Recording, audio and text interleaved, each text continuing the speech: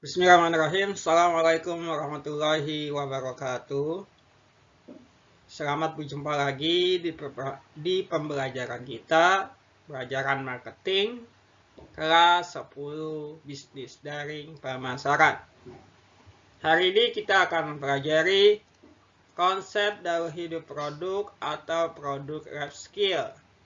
Nah, setelah kalian mempelajari materi ini, diharapkan ada 3, di sini ada 5 tapi yang penting 3. Yang pertama adalah memiliki pengetahuan mengenai pengertian daur hidup produk. Ya, jadi bisa menjelaskan apa itu daur hidup produk. Yang kedua, memiliki pengetahuan tahap-tahap daur hidup produk. Kemudian yang ketiga, memiliki strategi pada daur hidup produk. Yang terakhir, dapat mengetahui teknik untuk memperpanjang hidup produk. Ya, baiklah, kita masuk ke slide selanjutnya. Sebenarnya apa sih konsep produk life skill atau siklus hidup produk?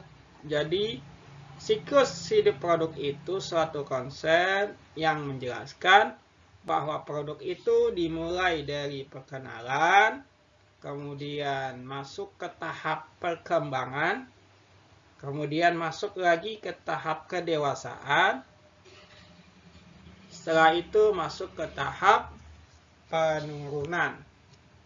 Jadi ibaratnya produk juga sama seperti makhluk hidup atau benda hidup yang lainnya. Dia lahir, berkembang, dewasa, akhirnya mengalami proses kematian. Nah, setiap produk itu tidak sama jangka waktunya. Ada produk itu ketika perkenalan membutuhkan 1-5 tahun. Tapi ada juga yang hanya 1 tahun, dia sudah masuk ke tahap perkembangan.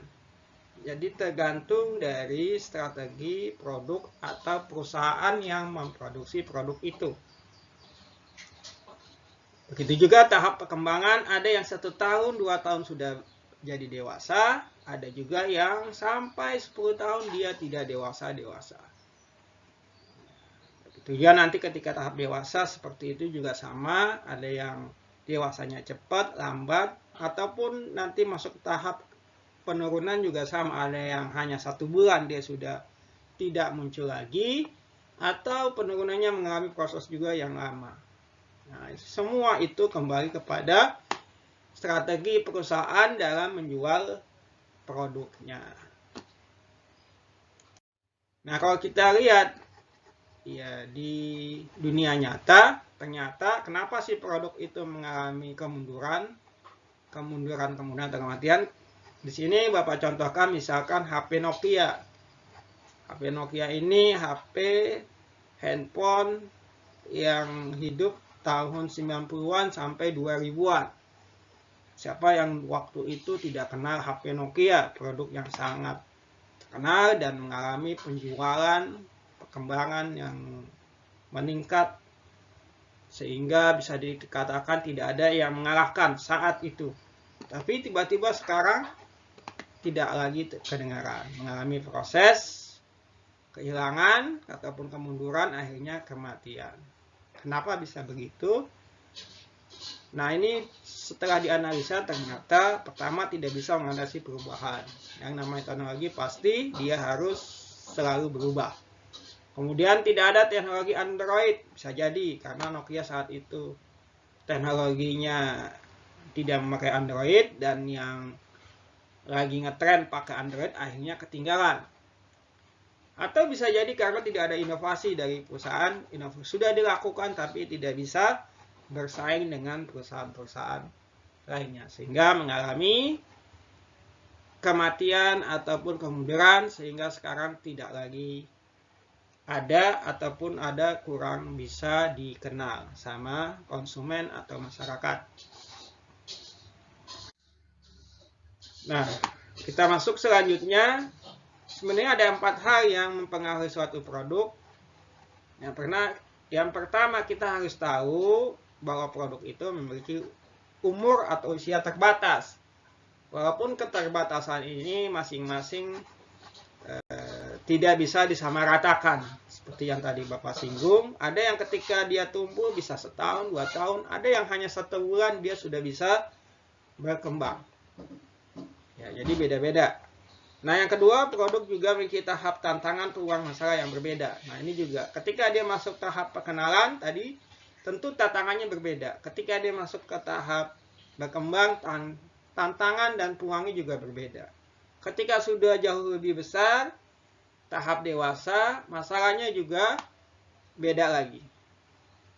Nah, yang selanjutnya, setiap siklus, setiap tahapan, tahap tadi perkenalan, pertumbuhan, dewasa, harus punya strategi yang berbeda-beda, tidak bisa disamaratakan. Ketika masuk tahap perkenalan, strateginya harus berbeda. Ketika masuk tahap dewasa, berbeda lagi. Atau ketika saat turun produknya, beda lagi. Jadi setiap tahap pasti mengalami strategi yang berbeda.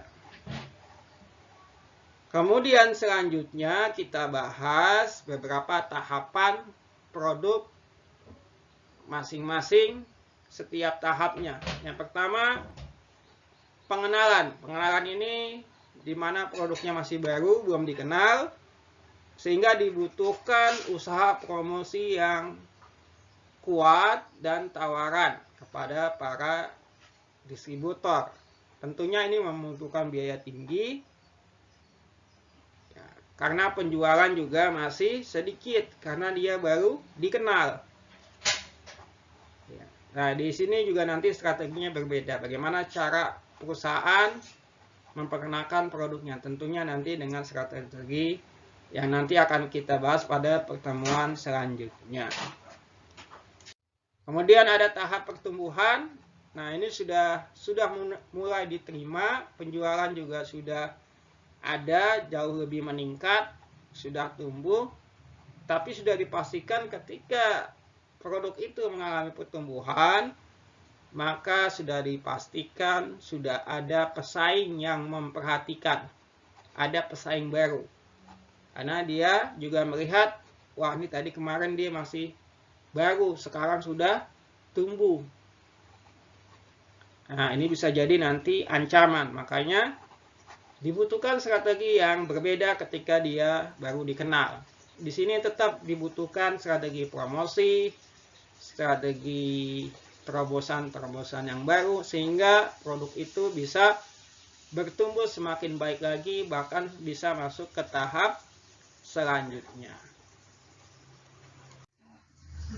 Nah, yang selanjutnya ada tahap kedewasaan. Nah, di sini sudah produk jauh lebih dikenal, penjualan sudah stabil, sudah jauh meningkat, keuntungan pasti jauh lebih besar, sudah lebih banyak.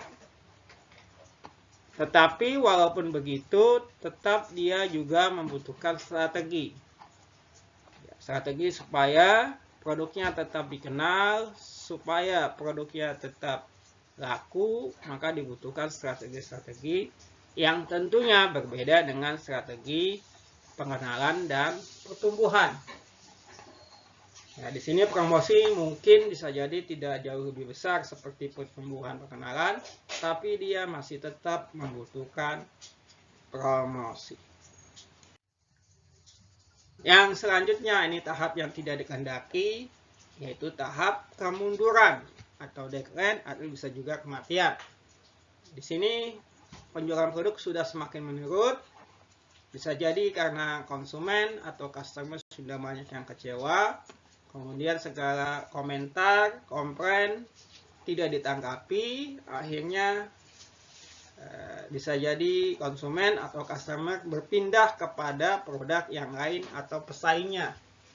Nah, di sini tidak ada strategi-strategi yang baru dari perusahaan, akhirnya produknya mengalami kemunduran. Ya, baiklah, demikian pembahasan kita tadi tentang siklus daur hidup produk.